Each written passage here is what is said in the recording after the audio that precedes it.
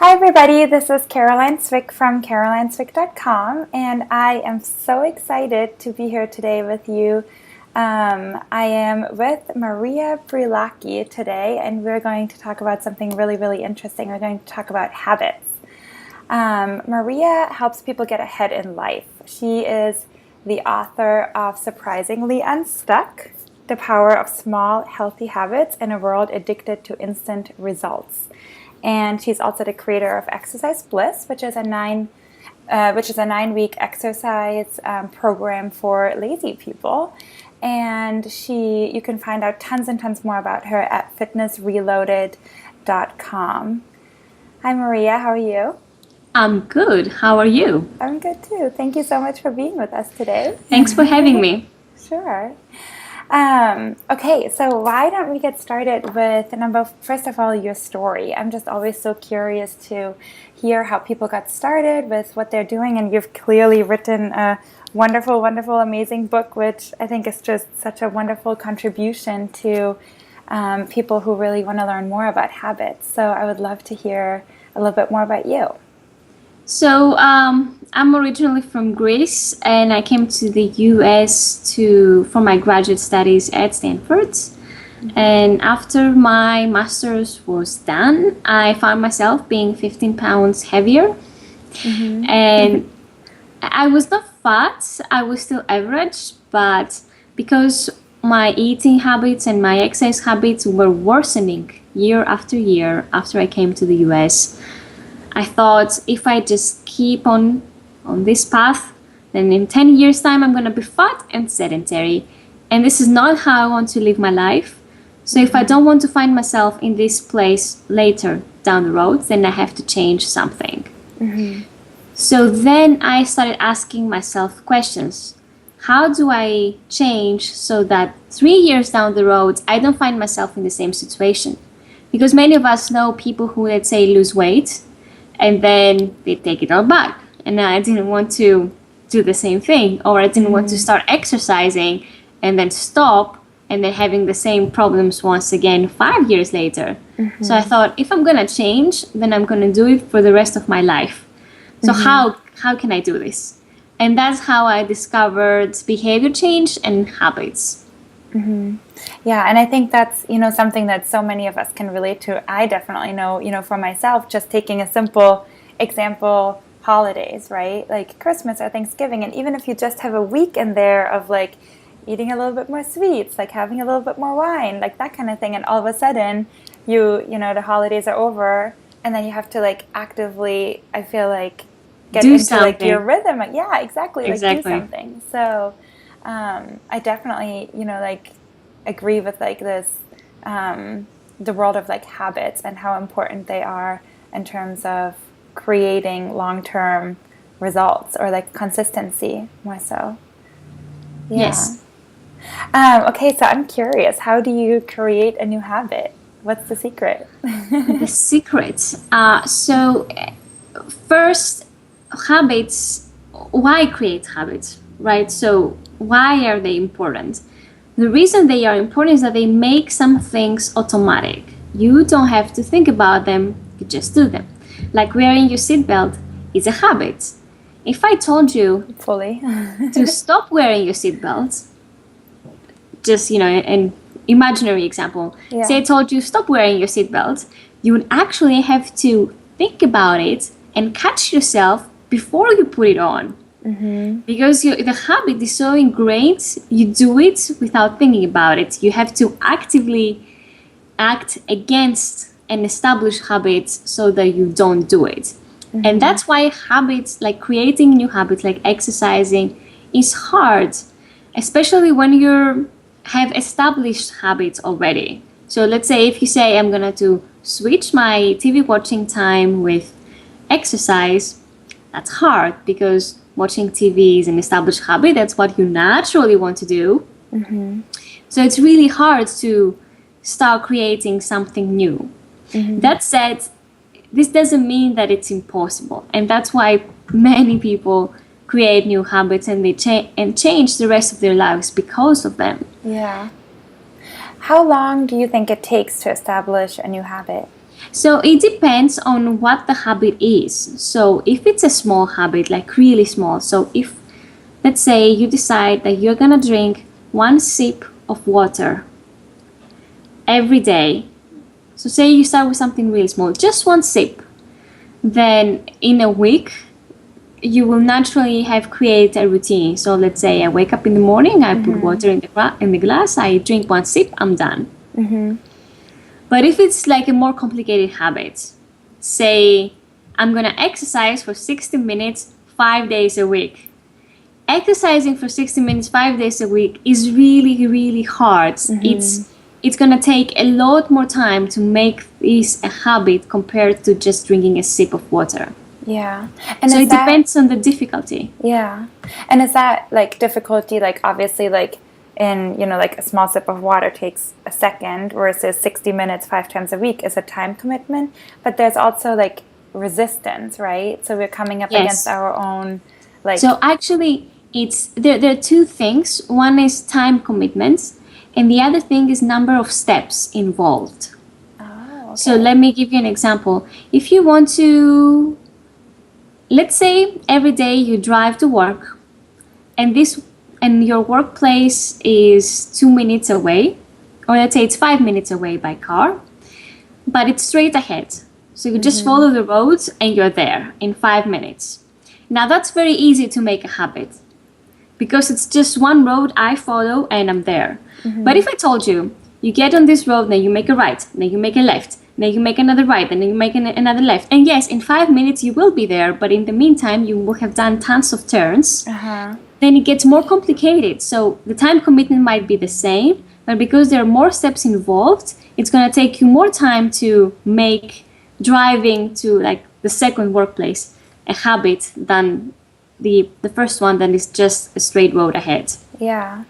And that's why exercising for 60 minutes is much more difficult. It's not just it's 60 minutes versus, let's say, 10 seconds.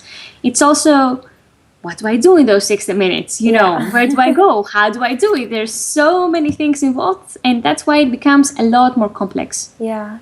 That's interesting. I never thought about it like that. But even like the car example that you just gave, like if you have to make all of these right and left turns, like there's so many opportunities for failure, right? And for setbacks and for being late and like all those kinds of things. So it's almost like the more opportunities there are to like fail or fall off the wagon or whatever, the harder it is to like really establish a new habit.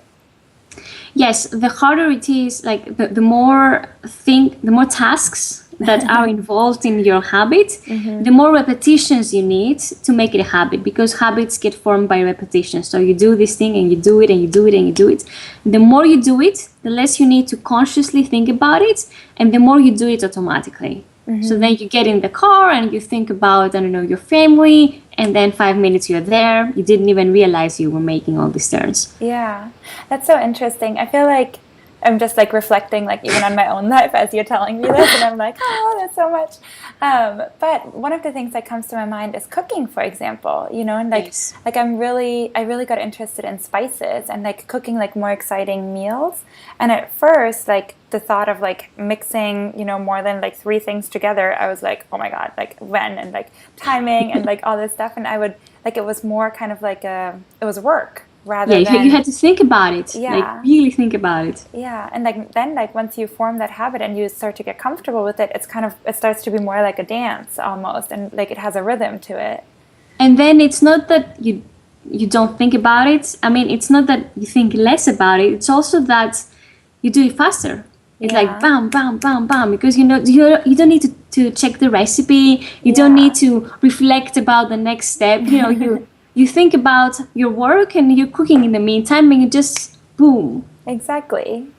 Yeah, and then like you can relax into it versus stumbling almost, Exactly. That's awesome. I love that. Okay, so another thing that you talk about, which I think that like convinced me that I definitely had to, have a Skype interview with you. You say it's not about lack of motivation or lack of willpower that people don't stick with habits.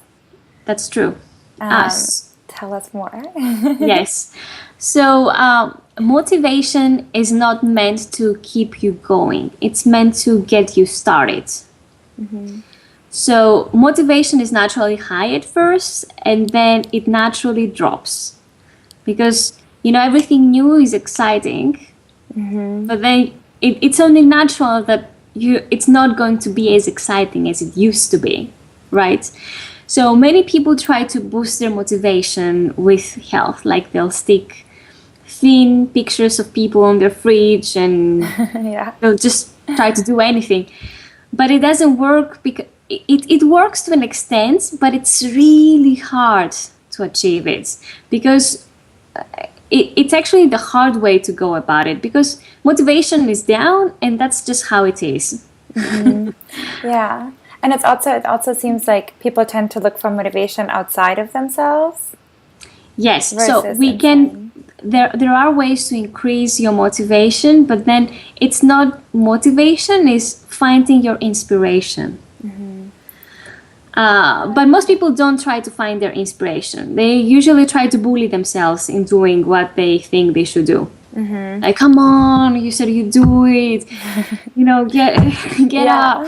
And then if we don't do it, then we're plagued with guilt, right? And that's Yes. like a whole another devilish cycle that it's so easy to fall into. Yes. And then willpower. So willpower reserves are limited. They get replenished every night when you go to bed. But then throughout the day, you spend them. So making decisions, for example, is something that really uses your willpower. Oh, interesting. Yes. So if you even simple decisions. So if you have to declutter your closet, and you have to make decisions about all those clothes and shoes and do I keep it, do I need to take this to a tailor, does this look good, or maybe it's not my size anymore. You have to make so many little decisions, and that's why you feel exhausted afterwards, Yeah.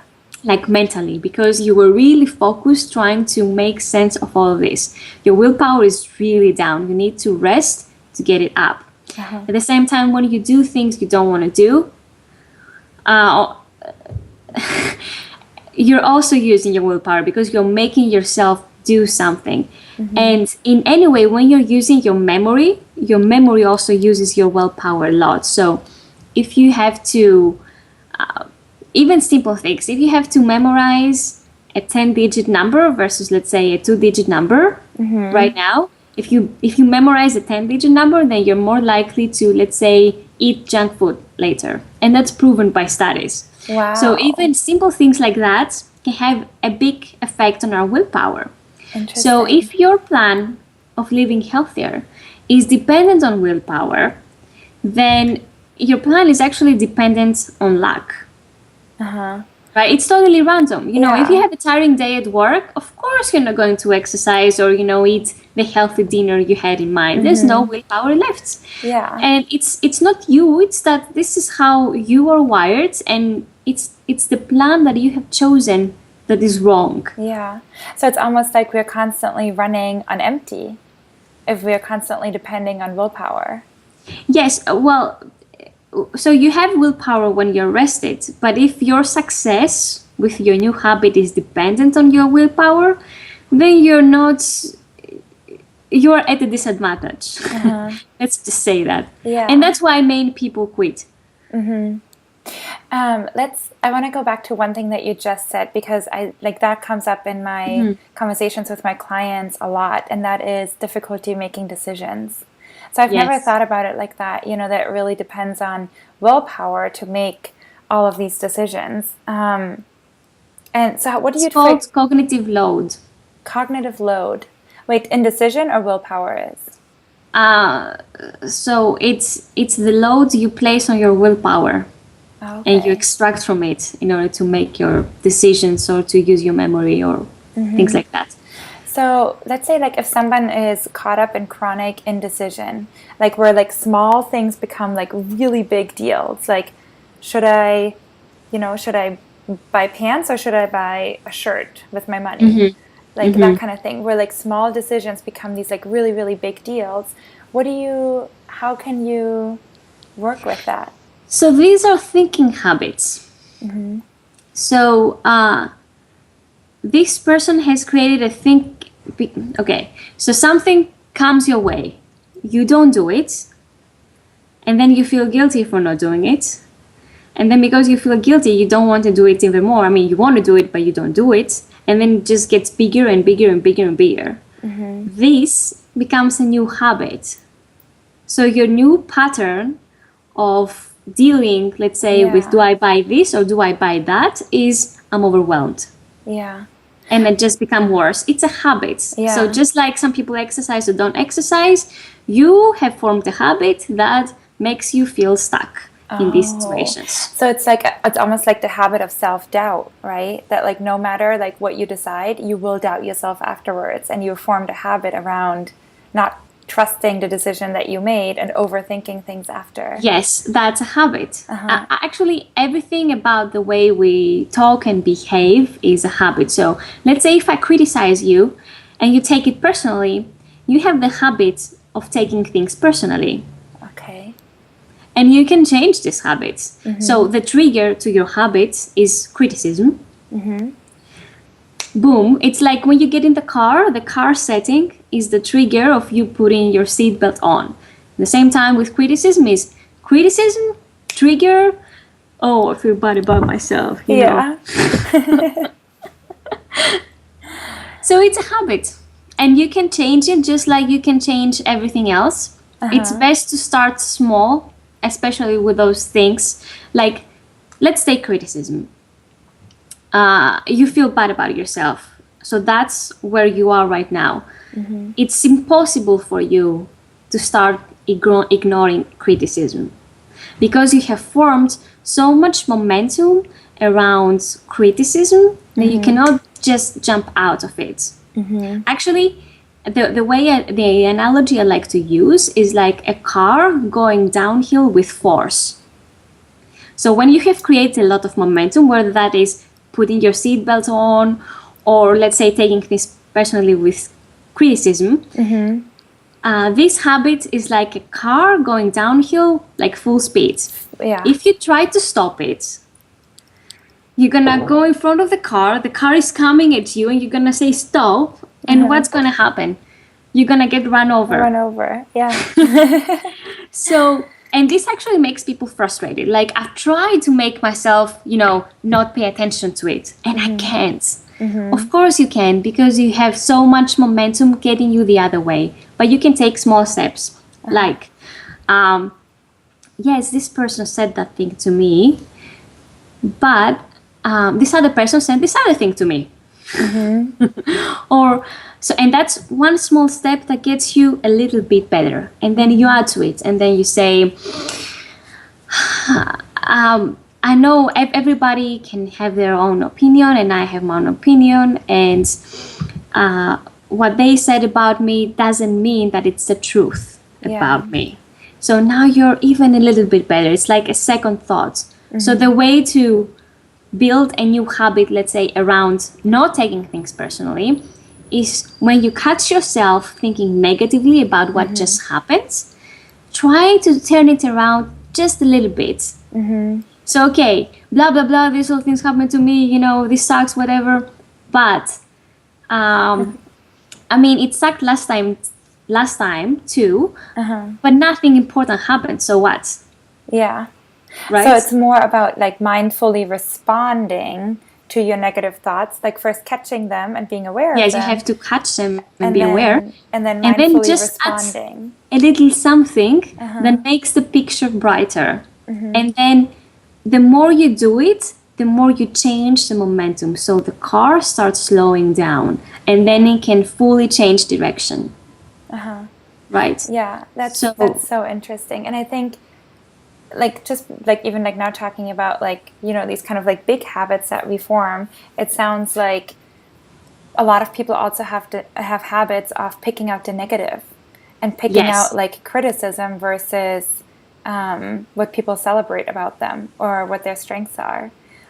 So we have I think as a society at large, and for women specifically, I think we've somehow trained ourselves to be so in tune and so attuned to negativity, and we pick that out and we make that so big, and we forget everything that's positive that was ever said to us. Yes, and usually the excuse we use is it's true. Let's say, but it's true that I am fat. It's true that nothing fits, right? But it's also true that, let's say, today you're making better eating choices than yesterday. And the question is not about what is true versus what is not true. The question is, do you want to focus on a thought that will keep you stuck, or do you want to focus on a thought that will move you forward? Because that's just how it is. If you focus on the criticism, you will just be the type of person who takes criticism personally forever. Does this serve you? Because if it doesn't, then pick something else that makes you feel better.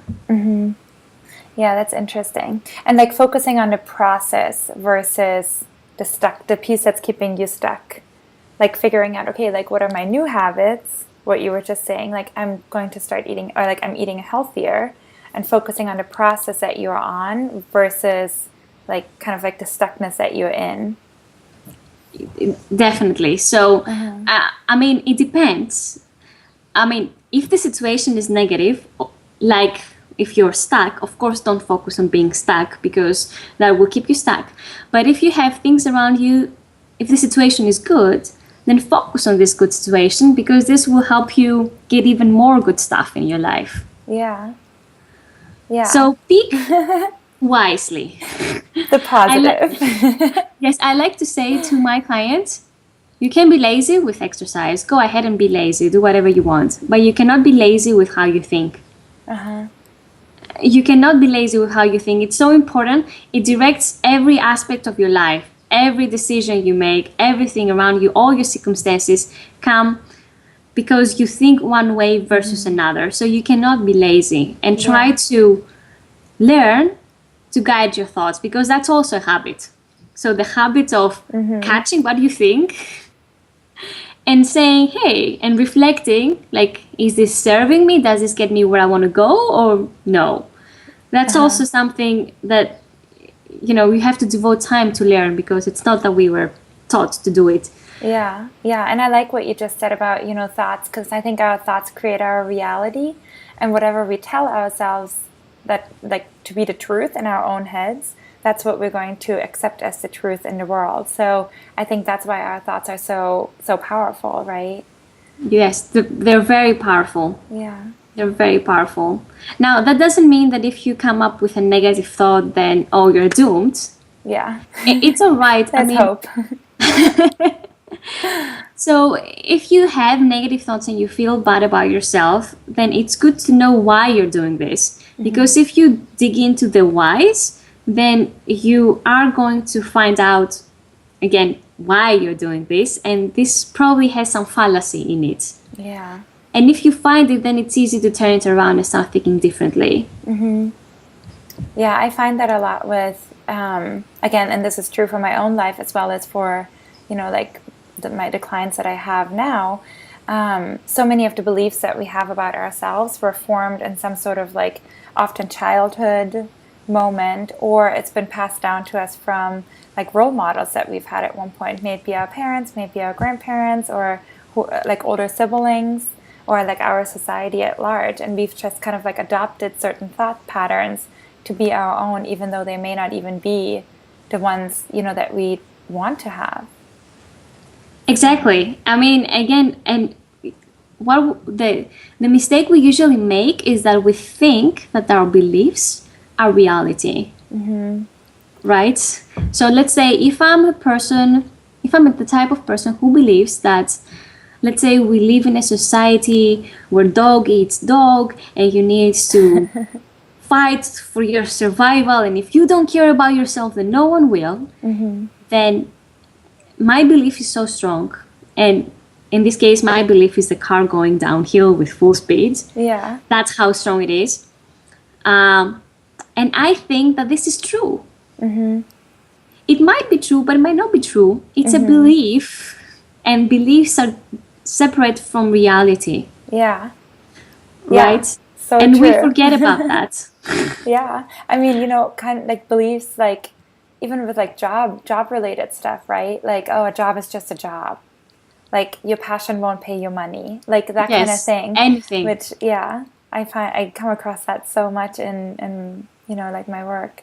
Wow, fascinating, awesome. Or if I go talk to, let's say, this guy or this girl, then they're not going to like me. That's also a belief. I mean, it's everywhere. Beliefs are everywhere. Yeah, yeah, wow.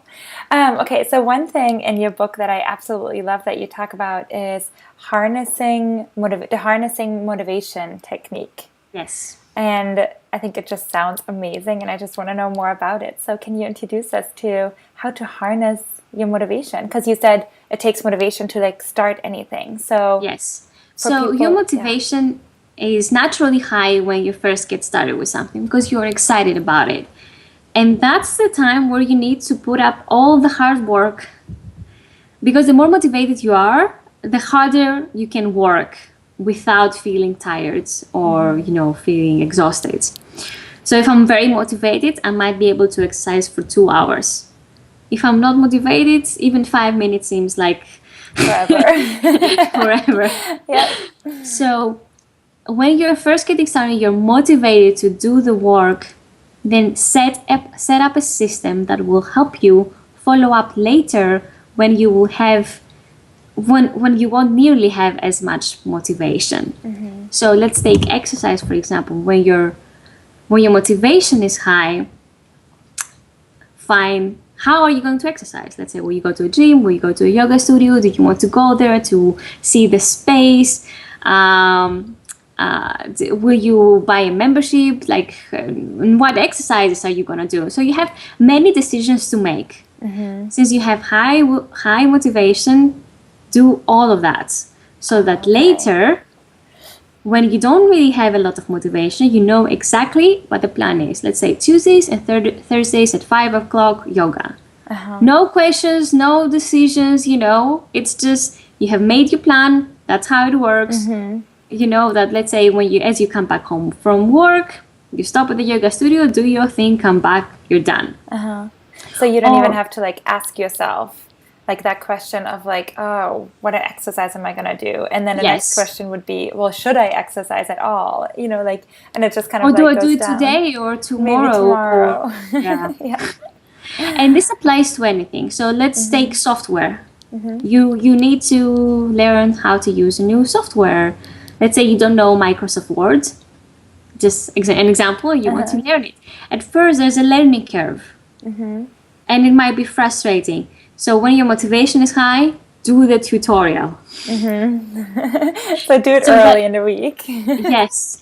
So that when your motivation gets lower, you already know how Word works.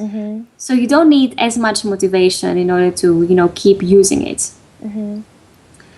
And so there are many applications, like with food, prepare your foods or decide what you're going to eat throughout the week during the weekend, so that during the week you just need to follow up. You don't need to think about what am I cooking today or what am I eating tomorrow. You don't need to think about that. It's already done for you. Yeah, like all of the like mapping out and all of like the calculation, all of the shopping and stuff is done, and all you really have to do is like follow the plan. Exactly. No decisions. Interesting. I like it.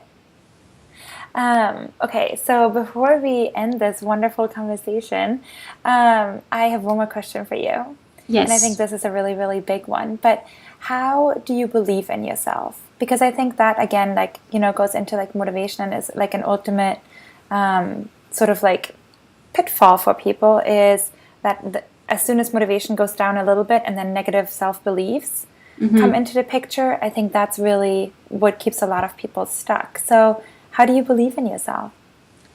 I think we believe in ourselves when we approve of ourselves. When we approve? Yeah, approve. We approve, yeah. Yeah. So, and there are many ways to give yourself self-approval. But again, this is about, once again, it's about guiding your thoughts so that you think positive about yourself versus negative. So if you did a kind act today, notice it. don't just dismiss it and focus, let's say, on the report you said you do but didn't do. That's one thing out of, let's say, 100 things that happened today. So it's not, actually try to be objective, because if you're objective, then you're not going to feel bad, see yourself in a very negative light, because negativity is always distorting the truth and seeing a lie versus the truth. Yeah. So 100 things happen today. What else happens?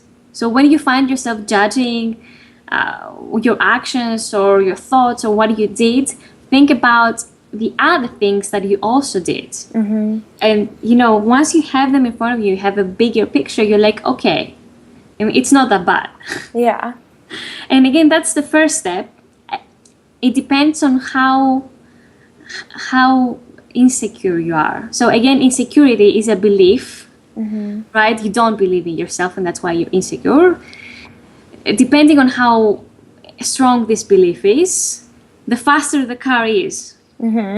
So for some people, they just need a few tiny tweaks because the car is like very slow and the car changes direction. But for some other people where the car is like really going downhill with full speed, they need small steps like, okay, more things happen. What happened?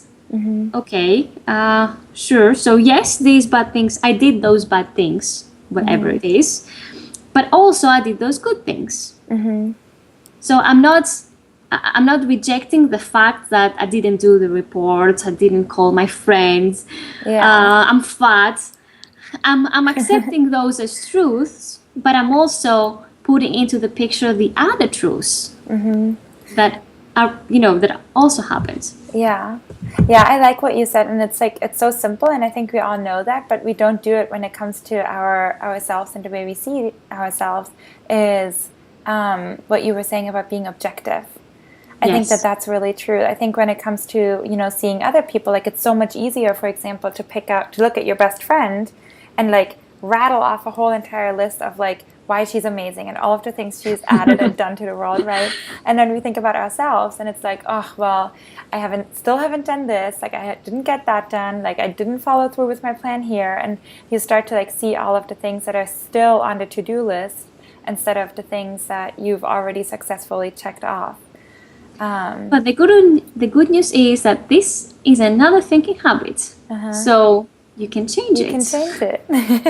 The power is within you. Exactly. I mean, just like some people smoke and then they quit. I mean, with smoking is more complicated because usually they just stop. But the point is that you can change it. It's a habit. It's not your genes. It's not your personality. It's not that everything was set in stone and this is how you are and nothing can ever change you. It's all up to you. And the only thing you need to do is say yes. Say yes to taking small steps to do something different that actually serves you. It's like small steps consistently, and there you have a new habit. Yes. And then, you know, the sky is the limit. Yeah. I love that. I'm all for that. All right. Well, thank you so much. This was so informative and so just interesting to talk with you because you've clearly studied your field in such depth that, you know, I really appreciate your time. You're welcome. Time today. Yeah. And so everybody check out Surprisingly Unstuck. Not only a beautiful cover, it's beautiful and amazing on the inside as well. I'll put a link at the bottom of this video so people can also check out your website and find you. And also for the people who want to make exercise a habit in particular, I would recommend them to check out exercisebliss.com. Okay. It's my 9-week program that helps lazy exercisers actually learn to exercise daily and love it. So awesome. Check it out. Sounds great. I'll put that link on, underneath the video as well. Thank you, Caroline. All right. Thank you so much. Bye-bye. And thanks everyone for watching.